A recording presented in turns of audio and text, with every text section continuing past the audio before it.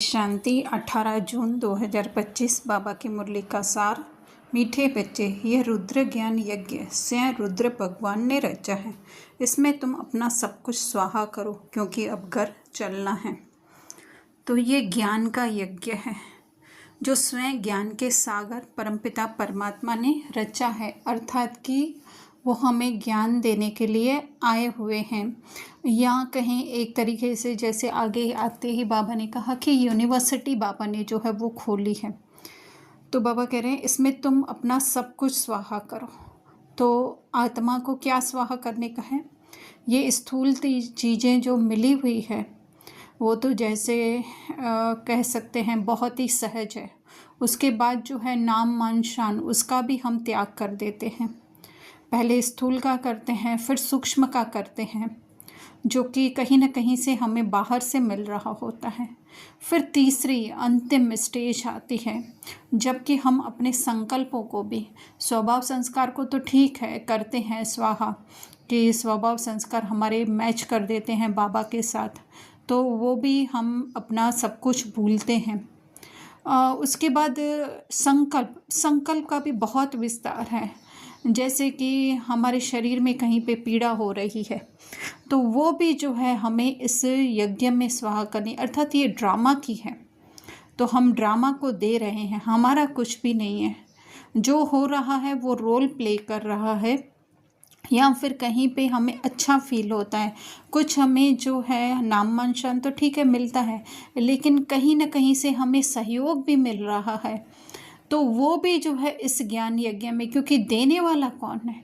जब ये सारी लेयर्स हम उतारते जाएंगे, अपने ऊपर से हम कहें आवरण उतारते जाएंगे, तभी हम घर चल सकेंगे। क्योंकि घर चलने के लिए यही बाबा की शर्त है कि संपूर्ण पवित्र हमें बनना है।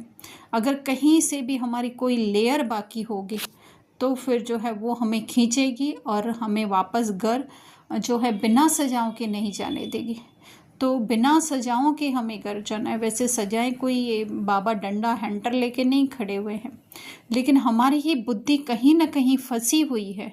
तो वही जो है, क्योंकि वो सब तो चल नहीं सकता है, ड्रामा है।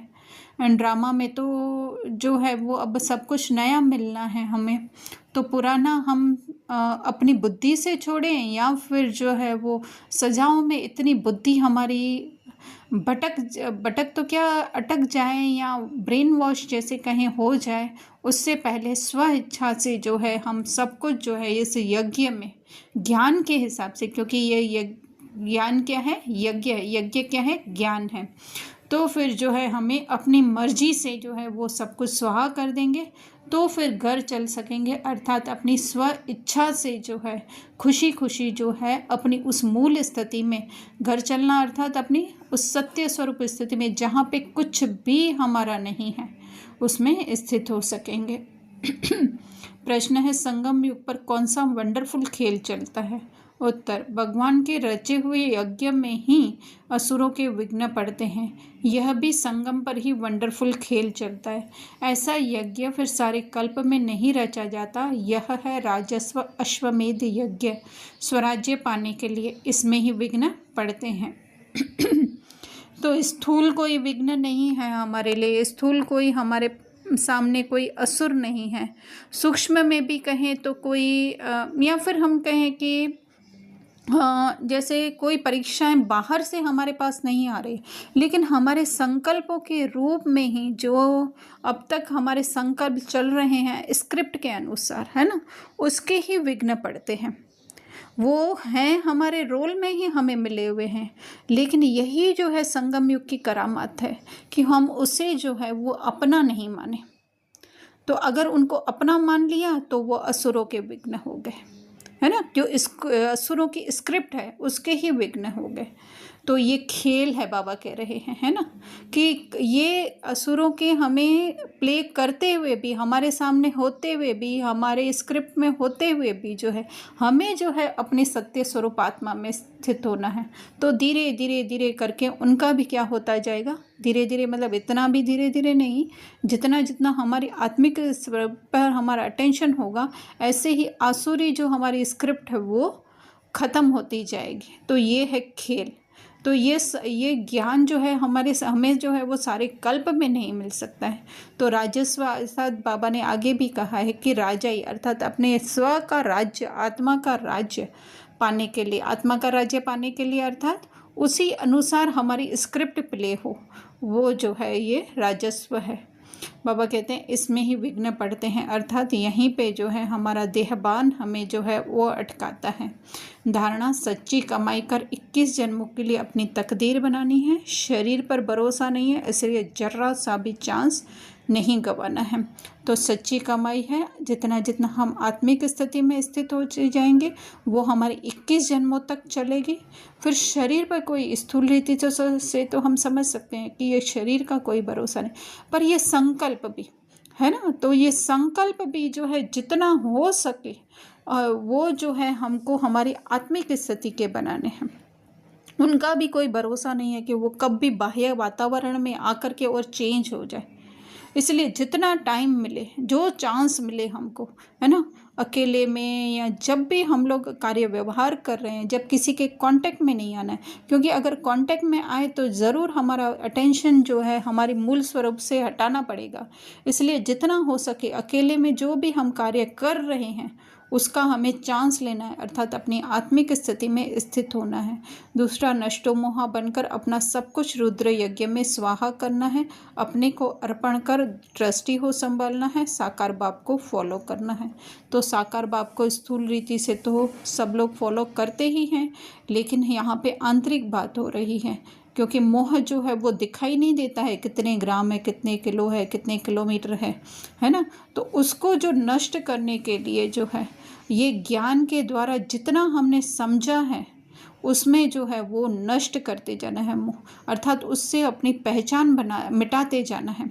आएंगे संकल्प, आएंगे ड्रामानुसार, लेकिन उसको अपना नहीं कहना है, उसके साथ ट्रैवल नहीं करना है, उसको एंजॉय नहीं करना है, उसको एंटरटेनमेंट नहीं करना है। ठीक है, अपने को अर्पण कर देना। आ रहे हैं हाँ तो भी बाबा को दे देने हैं। बाबा ये आपने ड्रामा में दिए हैं या ड्रामा के हैं, आप जानो ड्रामा जाने, मेरा उनसे कोई ताल्लुक नहीं है। वरदान, ईश्वरी नशे द्वारा पुरानी दुनिया को भूलने वाले सर्व प्राप्ति संपन्न भव। तो ईश्वरीय नशा अर्थात कि ये ज्ञान का नशा कहें या वो रूहानी नशा कहें, जितना जितना उस रूहानी, क्योंकि उस रूहानी नशे में क्या है, जरा सा भी हमारे ऊपर बोझ नहीं है। हम सातों गुणों से जो है वो भरपूर हैं, सर्व शक्तियों से जो है वो भरपूर हैं। 7 गुण तो कहने में आ रहे हैं, पर वो 7 जो उसके हम कहें बेस हैं उससे जो है भरपूर हैं। वो उससे क्योंकि आज दुनिया में भी लोग क्या कर रहे हैं, वो नशा क्यों कर रहे हैं, अपने को खुश करने के लिए, अपने को गम बुलाने के लिए, इस तरह से दुख की दुनिया बुलाने के, कोई अलग अलग का रीज़न हो सकता है। जबकि वो सारी सुख शांति जो है हमें उस रूहानी हम कहें स्थिति में रहने से मिलती है। वो रूहानी स्थिति में स्थित रहकर जब हम परमात्मा को याद करते हैं तो बाबा कह रहे हैं उसमें तो क्या होता है, अधिक पीने से नुकसान होता है, ख़त्म भी हो जाते हैं, लेकिन ये नशा हमें अविनाशी बना दे, अर्थात अविनाशी आत्मा में जो है हमें स्थित कर देता है। तो सदा इस ईश्वरीय नशे में मस्त रहो, अर्थात ज़्यादा से ज़्यादा अपने संकल्पों को टर्न करो, है ना। जो आ रहे हैं उनको न देखो, और उनको भी अगर हो सकता है तो वो ईश्वरीय नशे में अपनी सोच को जस्ट जो है वो परिवर्तन करो। तो इसके लिए बाबा क्या कह रहे हैं, एक बाप दूसरा ना कोई। तो वो कैसे एक बाप दूसरा ना कोई, वो थोड़ा सा हमें साइलेंस में बैठ करके समझना होगा। जब हम साइलेंस में बैठते हैं तो आंखें बंद करके और जो है इस पुरानी दुनिया की सारी बातों को जो है वो बुद्धि से मिटा दें, और जो सेंसेशन, फीलिंग, इमोशन भी आ रहे हैं उसको भी ऐसे समझना है कि ये जैसे मेरे नहीं हैं। जस्ट जैसे 3D शो में जो है एक चेयर को मिले हुए होते हैं, ऐसे ये मेरी देह भी चेयर है, उसमें सेंसेशन, इमोशन मिले हुए हैं। उन सब से सारी पहचान मिटाते जाना, पर उसके लिए थोड़ा सा जो है हमें प्रैक्टिस की ज़रूरत पड़ेगी, साइलेंस में बैठना पड़ेगा, और बुद्धि से जो है वो कर्मेंद्रियों के पहचान और पुरानी सारी स्मृति को मिटाना पड़ेगा।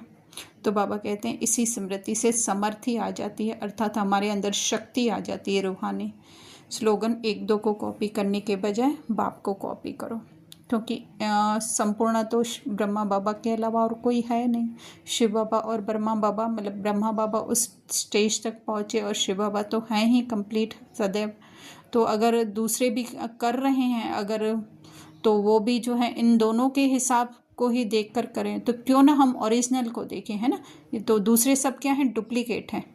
अर्थात उसमें से कुछ न कुछ शास्त्रों के जैसे हम दिखाते हैं कि जो शास्त्रों में है, या जैसे एक गेम करवाते हैं कि एक ने दूसरे को कहा, दूसरे ने तीसरे को कहा, तो 10वें तक आते आते जो है बात पूरी चेंज हो गई। ये गेम करते हैं ना, बच्चे भी गेम करते हैं या हम लोग भी सेवाओं में इसका यूज़ करते हैं। तो इसी तरह से जो कॉपी करते हैं तो वो कहीं ना कहीं थोड़ी ना थोड़ी मिस्टेक करते होंगे। तो इससे अच्छा है हम ओरिजिनल कॉपी को देखें, है ना, जो है शिव बाबा और उनके बाद ब्रह्मा बाबा।